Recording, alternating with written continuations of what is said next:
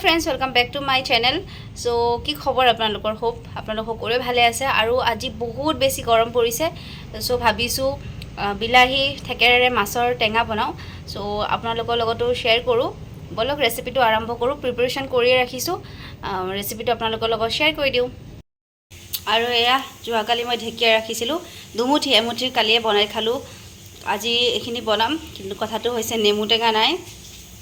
যদি নেমু টেঙা আহে নেমু টেঙাৰে বনাম নহলে বা এখিনি এনেই ভাজিম আপোনালোকক দেখুৱাই আছোঁ।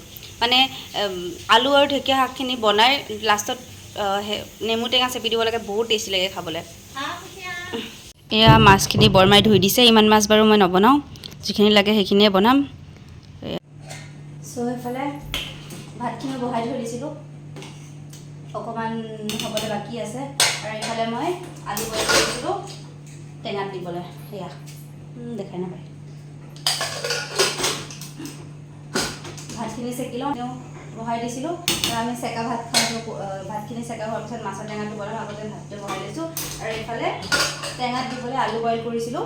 এয়া ভাতটো যেতিয়া আপোনালোকক দেখুৱাই আছোঁ, এইফালে চাইছেনে খিৰিকীখন খুলিব নোৱাৰোঁ। সেইফালে গোটেই এইবোৰ পাণ গছ বগাই আহিছে গোটেইখন।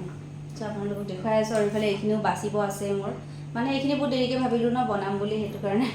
তো এয়া 5 পিচ মাছ লৈ লৈছোঁ। এইখিনি বনাম টেঙা আৰু এইখিনি হালধি নিমখ সানি লওঁ, তাৰপিছতে ভাজি ল'ম। মই কিন্তু বিলাহী খাই বহুতে ভাল পাওঁ আৰু মই বহুত বিলাহী দিওঁ, সেইকাৰণে অকল এইকেইটা 5 দি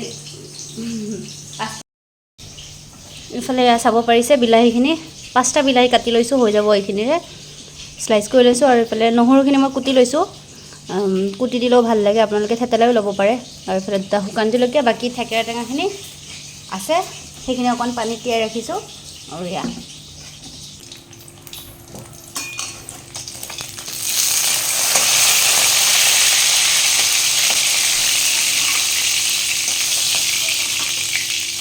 এবাৰ ইয়াতে দিম কেইটামান মিঠি গুটি, অকণমান ভাজা যাব দিম। 2টা শুকান জলকীয়া, এটা অকণমান ভাঙি দিম, এটা গোটা।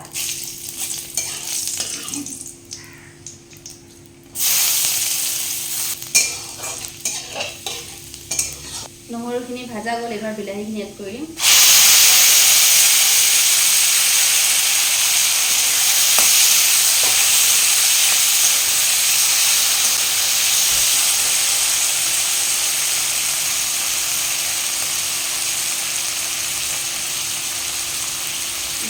বিলাহীখিনি সোনকালে গলিবলৈ আমাৰ নিমখ দি দিছোঁ একেবাৰে সোৱাদ হেৰি।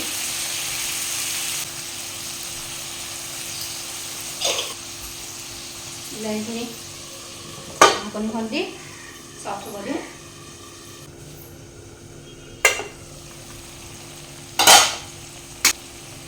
চাব পাৰিছে বিলাহীখিনি চফ্ট হৈ গৈছে। গেছৰ ফ্লেমটো হাই কৰি দিম আৰু এয়া মেছ কৰি ৰখা আলুখিনি দি দিম।